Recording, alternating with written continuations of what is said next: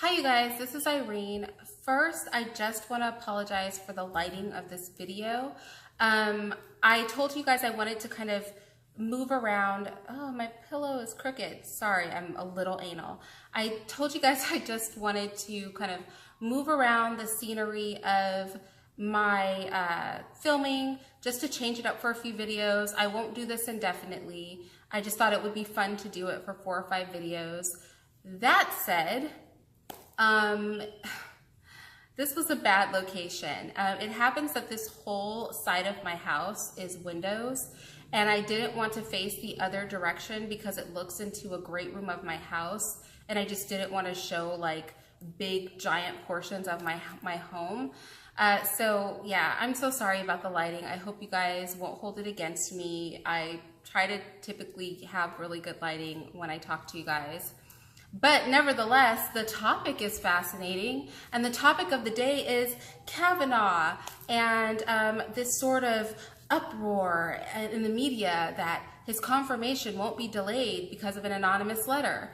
And I'm just really fascinated by the fact that our government, our media is turning into like the National Enquirer or some celebrity gossip channel where sources say, and you know, anonymous person says.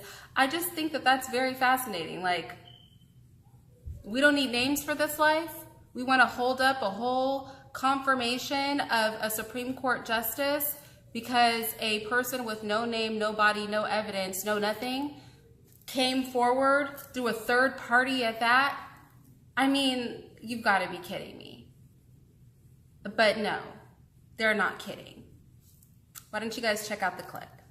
Republican Senator Orrin Hatch issued this statement: "I do not intend to allow Judge Kavanaugh's confirmation to be stalled because of an 11th hour accusation that Democrats did not see fit to raise for over a month. The claims are wholly unverifiable and come at the tail end of a process that was already marred by ugly innuendo, dishonesty, and the nastiest form of our politics. The American people deserve much better from the Senate as an institution," and that is essentially the same defense that Orrin Hatch offered for Clarence Thomas, who faced accusations from Anita Hill after his confirmation hearing was over. But because there are no time limits on how long the confirmation process can take, the Senate Judiciary Committee then reopened the Clarence Thomas hearings and heard from Anita Hill, after which Clarence Thomas was then confirmed by the Senate 52 to 48. And before Anita Hill testified, Clarence Thomas was probably on his way to getting at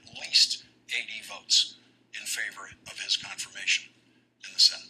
The Senate Judiciary Committee has the same option now as it did for Clarence Thomas. The committee can slow down the process and reopen the confirmation hearing if Judge Kavanaugh's accuser changes her mind and is willing to reveal herself publicly and testify about what she said in a confidential letter to a member of Congress about what Brett Kavanaugh did to her when they were both in high school. I really don't like that they're trying to be sneaky and use a black man and a real human being, Anita Hill, you know, a flesh and blood person who could actually come forward, talk, and was not anonymous, as some sort of equivalency to, as it was so eloquently put, wholly unverifiable accusations. Like, I could write a letter right now and accuse anybody of anything I want to accuse them of.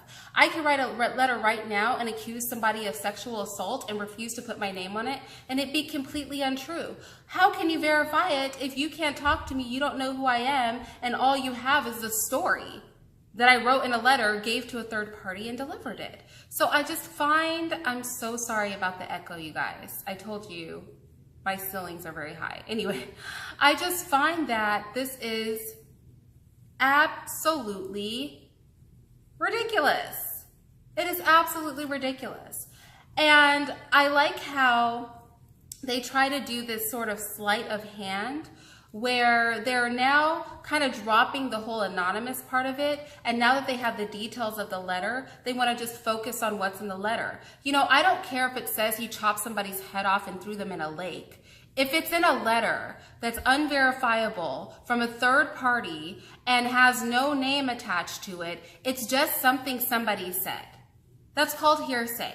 And we can't hold up official government situations for random letters that pop up out of the blue. What are we just gonna have crazy people writing letters about any and everything? And we're gonna stop and investigate every retard who wants to upset and overturn a situation because they don't like it? This is getting out of control. And it's actually, it makes the media look like a bunch of children. I mean, are they actually a bunch of like 5-year-olds? I am actually pretty annoyed by this. And if anything, any reasonable person, even if they didn't like him, now is just gonna want the man to get the job and be confirmed, because why not? Why not? Why not? Clearly the other side's crazy. Some of the things that they do, I don't think that they realize how completely insane they look.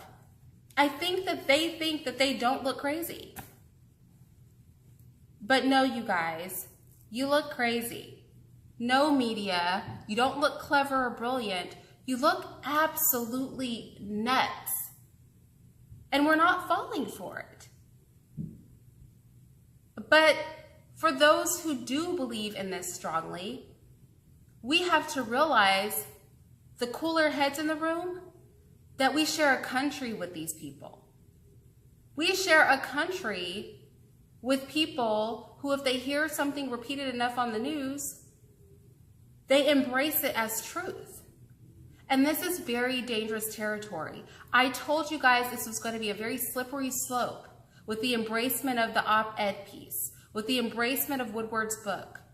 Heck, the only one that is halfway sensible is Omarosa, but even her wildest claims, nobody can prove. They keep saying the president is unstable, but they can't actually put up any evidence of actual instability. Just what people don't like. You know, what did they try to use? Some situation where he was explaining how Hillary was the bad guy, and the real Russia collusion story was her, where he was talking perfectly sensibly as, I mean, that's the best you got? You don't like the Supreme Court nominee of the president?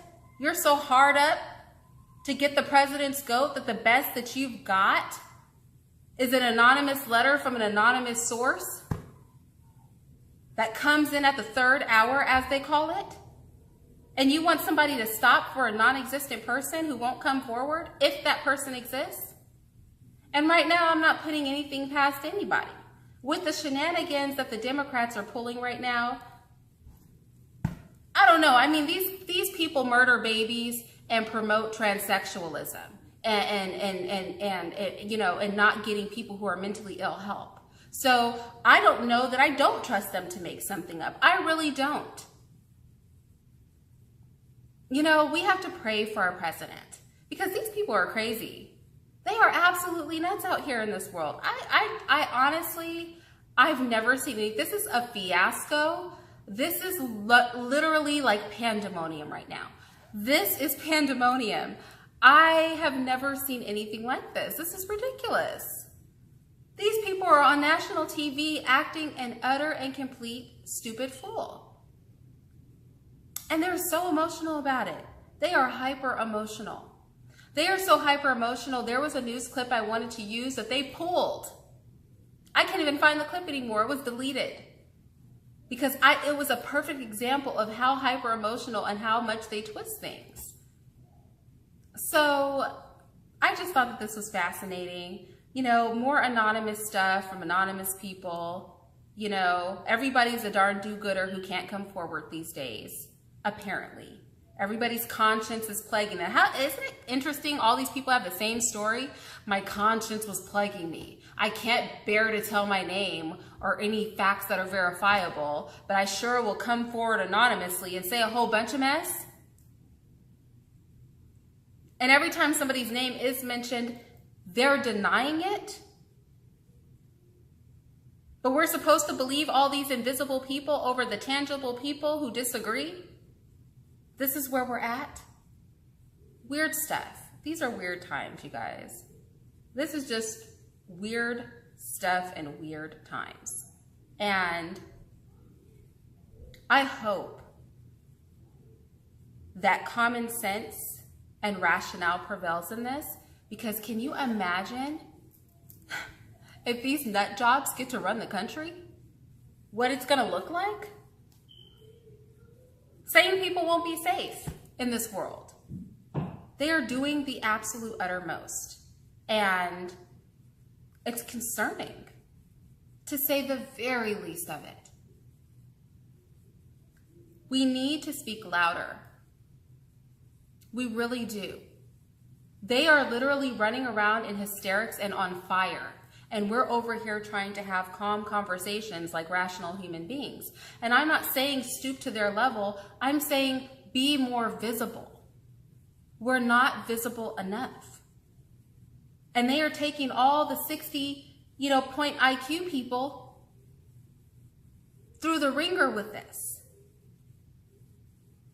Superiority complexes will not do us good here. You have to reach out, embrace, and try to reach these people that they are trying to reach with this rhetoric. The news is less the problem than the people that they are able to influence. And you, I know, en masse don't give a care about those people. You only care about your own, but here's the thing. We share a country with these people. So we need to do something to reach them. We need to do something to be visible and on their radar. It is essential.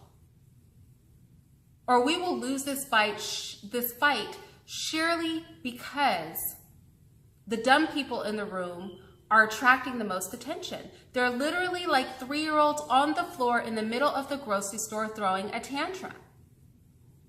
It's like a train wreck. You can't stop watching it, and then the next thing you know, you're invested in it.